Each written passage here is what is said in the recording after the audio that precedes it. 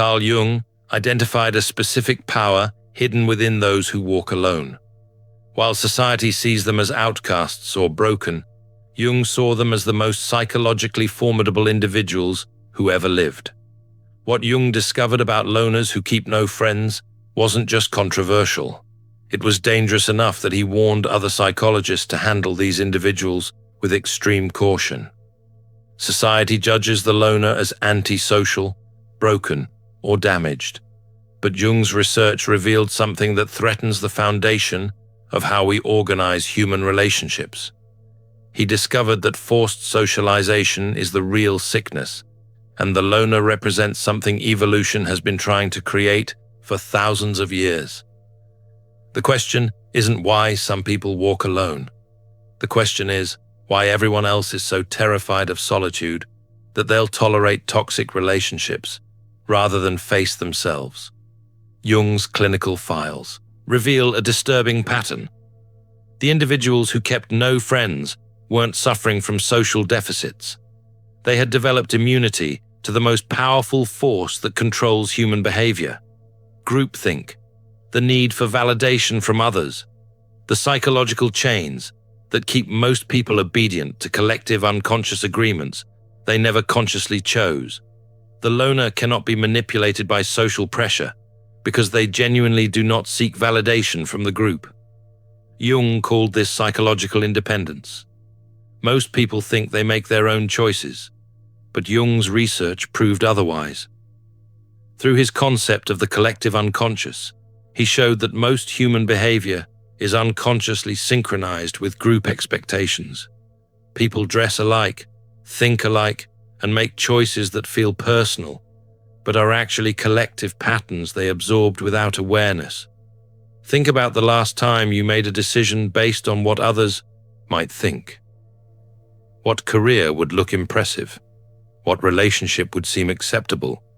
What opinions would keep you included in your social circle? Most people make dozens of these calculations daily, without realizing they've handed control of their lives to invisible judges who never asked for that power.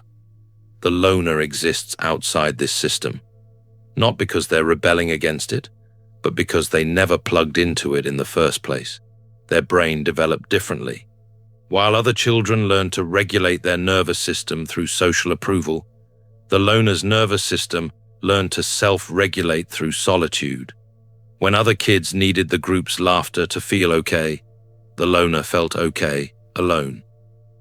When other teenagers needed constant validation through friendships, the loner found validation through internal coherence. This creates something that terrifies those who control through social pressure. An individual who cannot be threatened with exclusion because they never valued inclusion. Someone who watches the group without needing to join it. Jung documented this pattern across dozens of cases, and what he found made him realize he was studying something more dangerous than mental illness. He was studying the only humans who had escaped the invisible prison that holds everyone else captive. The loner is a dangerous observer. Similar to Jung's empath archetype, the loner watches and collects data on human behavior with scientific precision. While everyone else participates in social theater, performing their roles and maintaining their masks, the loner sits outside the performance and sees the machinery that makes it work. They see the lies people tell themselves, the contradictions between what people say and what they do, the patterns that repeat across different groups, different relationships, different social systems. While others are busy performing, the loner is learning. Jung realized that loners develop a level of social intelligence that exceeds what most people achieve in entire lifetimes. But they develop it as observers, not participants. The loner notices that the person preaching family values is cheating on their spouse. They see that the friend who claims to support you subtly undermines you in group settings. They recognize that the colleague who smiles in meetings is sabotaging projects behind closed doors. These observations aren't cynicism. They're pattern recognition unfiltered by the need to maintain social harmony. This observational position gives them access to truths that make participation impossible. Once you see how the game works, you can't pretend you don't see it. Once you notice the patterns, you can't unsee them. The loner's knowledge becomes their isolation, because speaking these truths threatens the collective agreements that keep groups functioning.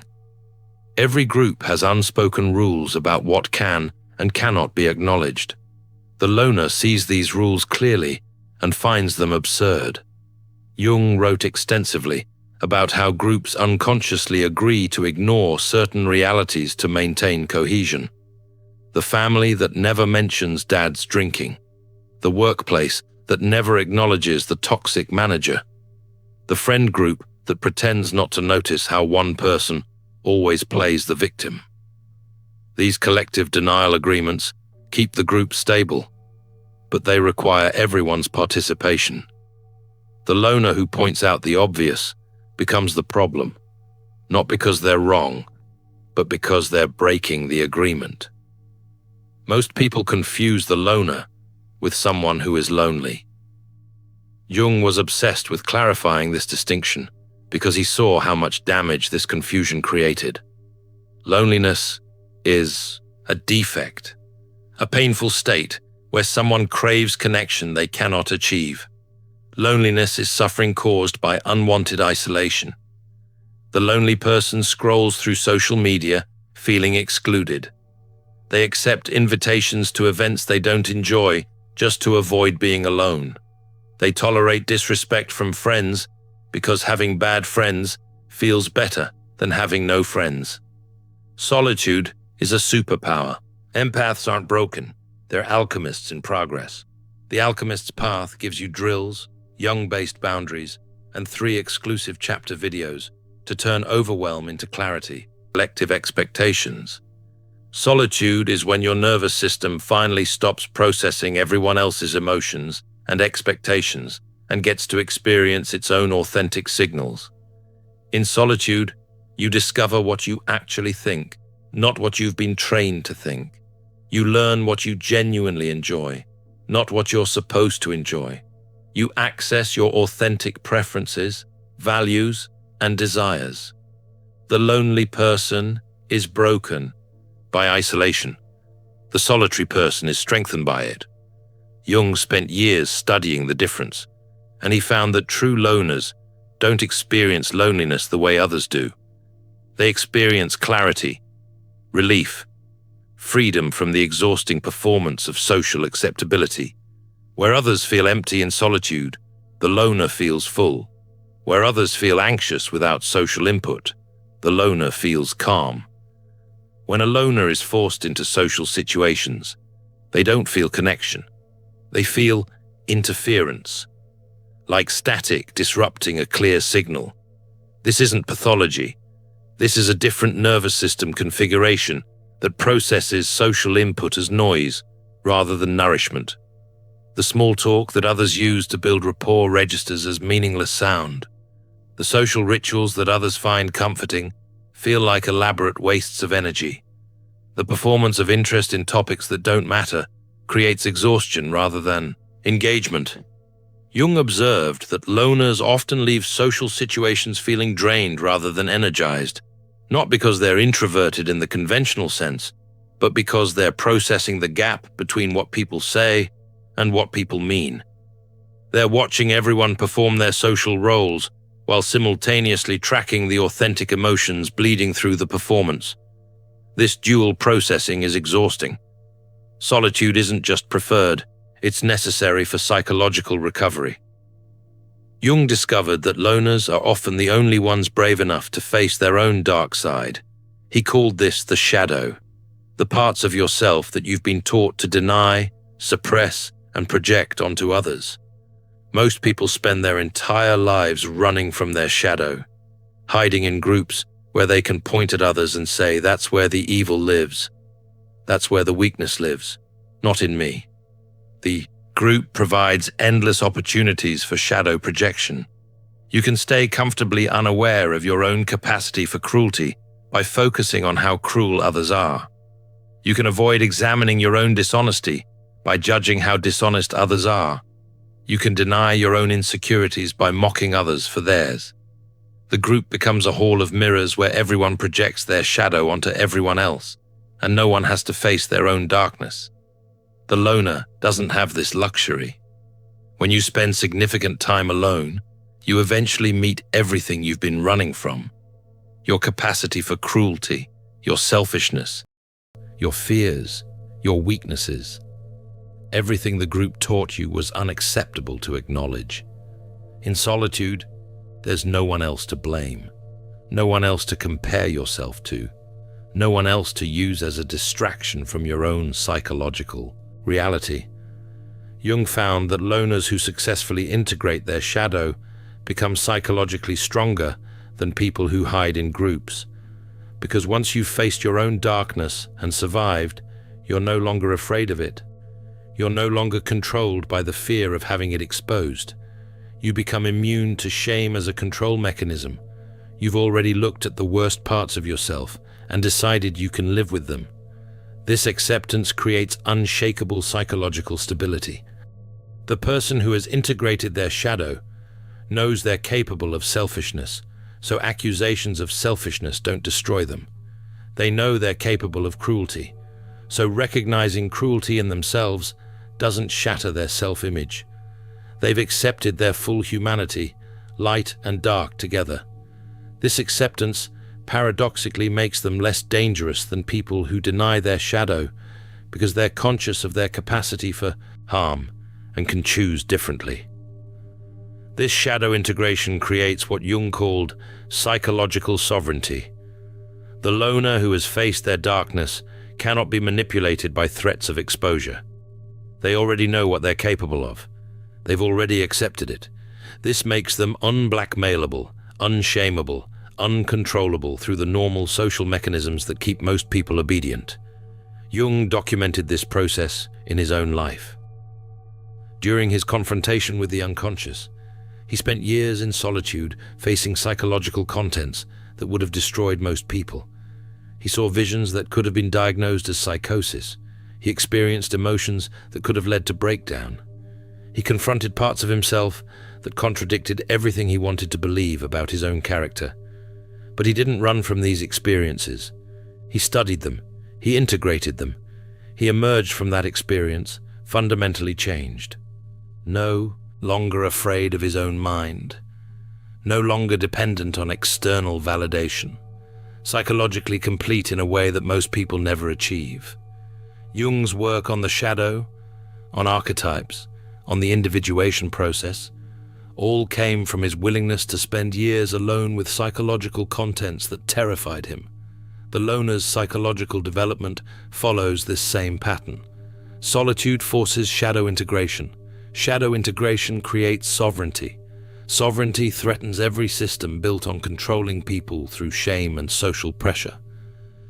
This is where Jung's research becomes truly dangerous, because the loner who has integrated their shadow and achieved psychological sovereignty reaches a point where they can make decisions that terrify the group. They can walk away from toxic systems without fear. They can expose truths without concern for social consequences.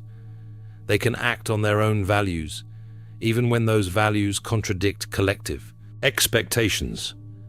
Jung called this the snap. Not a psychological breakdown, but a moment of absolute clarity where the loner decides to act. Because they don't need the group's approval. They're capable of making choices that the group finds incomprehensible or threatening. Whistleblowers who sacrifice their careers to expose corruption. Truth-tellers who risk their reputations to name what everyone knows, but no one will say. People who walk away from prestigious positions because the work contradicts their values. Individuals who choose integrity over inclusion, even when inclusion would be easier, safer, more profitable. The group punishes these actions severely because they threaten the collective agreements that keep the system stable. Organizations exile whistleblowers. Social circles ostracize truth-tellers. Families scapegoat members who refuse to maintain the collective denial. But the loner who has achieved psychological sovereignty cannot be controlled by punishment that relies on social pain. Exclusion doesn't hurt when you never valued inclusion. Shame doesn't work when you've already integrated your shadow. Reputation damage means nothing when you never derived your identity from external validation. This makes the loner dangerous, not because they're evil, but because they're free. Freedom is the ultimate threat to systems built on control. A person who cannot be manipulated, shamed, or coerced into compliance is a person who can dismantle entire power structures simply by refusing to participate. They can say no to opportunities everyone else scrambles to accept. They can walk away from relationships everyone else tolerates. They can question beliefs everyone else defends without examination. Jung spent decades studying this phenomenon, and he reached a conclusion that still makes psychologists uncomfortable. The loner isn't broken. The loner is evolved. They represent what human consciousness can become when it develops outside the constraints of collective unconscious programming. They're not missing something that others have. They're accessing something most people never find. Most people are running code they downloaded from their culture without ever examining whether that code serves them. Beliefs about what success means, assumptions about what relationships should look like, rules about what emotions are acceptable, scripts about how life should unfold. All of this programming runs in the background, determining choices that feel personal but are actually collective patterns repeated across millions of lives. The loner is someone who rejected the download and wrote their own operating system. This makes them incompatible with standard social infrastructure, but it also makes them capable of innovations that groupthink could never produce. Because they're not constrained by collective agreements about what's possible, they can see solutions others cannot imagine. Because they're not invested in maintaining the status quo, they can advocate for changes others fear. Jung found that history's greatest breakthroughs often came from loners, artists who worked in isolation for years before their work found recognition, scientists who pursued questions everyone else dismissed as impossible or irrelevant, philosophers who thought thoughts no one wanted to hear, inventors who built prototypes in solitary workshops, while others called them crazy. These individuals could see possibilities that groupthink made invisible, because they weren't constrained by collective agreements about what was acceptable to imagine. The loner's legacy isn't loneliness, it's liberation, not just for themselves, but for everyone who witnesses someone living according to their own values rather than collective expectations. Every loner who achieves psychological sovereignty proves that it's possible, that you can survive outside the group, that you can face your shadow and integrate it, that freedom from collective control is achievable if you're willing to pay the price of solitude. Jung understood this deeply because he lived it. His break with Freud left him professionally isolated. His former colleagues dismissed him. His theoretical innovations were ridiculed. His confrontation with the unconscious left him psychologically alone in territories no one else could navigate with him. But that solitude produced some of the most profound psychological insights in human history, concepts that revolutionized how we understand human consciousness, ideas that still shape psychology, spirituality, and philosophy more than half a century after his death. The loner, who keeps no friends, isn't avoiding connection. They're protecting their consciousness from interference so they can access truths that collective participation makes invisible. They're not failing at social relationships. They're succeeding at something most people never attempt: the development of a fully individuated self, capable of thinking its own thoughts, feeling its own feelings, and living according to its own values. The world needs loners, not because they're better than others, but because they see what others cannot see. They think thoughts others are afraid to think. They ask questions others are programmed not to ask. They live possibilities others are too controlled to attempt. Every system needs people who can step outside it and evaluate whether it still serves its stated purpose or whether it's become self-perpetuating, regardless of outcomes. If you're someone who keeps no friends, Jung's message to you is simple. You're not broken. You're not defective. You're not missing something everyone else has. You're accessing something most people never find. Your solitude isn't a problem to solve. It's a strength to protect. Your inability to conform isn't a weakness. It's immunity to the most powerful control system humans ever created. Your discomfort in social situations isn't anxiety that needs treatment. It's your nervous system telling you that performing a false self is more damaging than being alone with your authentic self. The dangerous truth Jung discovered is that the loner represents human potential freed from collective limitations. And that freedom, that sovereignty, that psychological independence is exactly what every control system fears most. Not because loners want to destroy society, but because their mere existence proves that society's control mechanisms are optional, that you can choose differently, that you can live according to your own values, that you can be psychologically complete without needing validation from people who never took the time to understand themselves. The loner isn't dangerous because they're evil. They're dangerous because they're free. And freedom, Jung realized, is contagious. Every person who achieves psychological sovereignty through solitude and shadow integration creates permission for others to attempt the same journey. This is why groups punish loners so severely. Not because loners harm anyone, but because their existence threatens the collective agreements that keep everyone else controlled. In The Alchemist's Path, perception training for empaths, you'll turn overwhelm into wisdom with practical drills, Jung-inspired boundaries, and step-by-step perception training.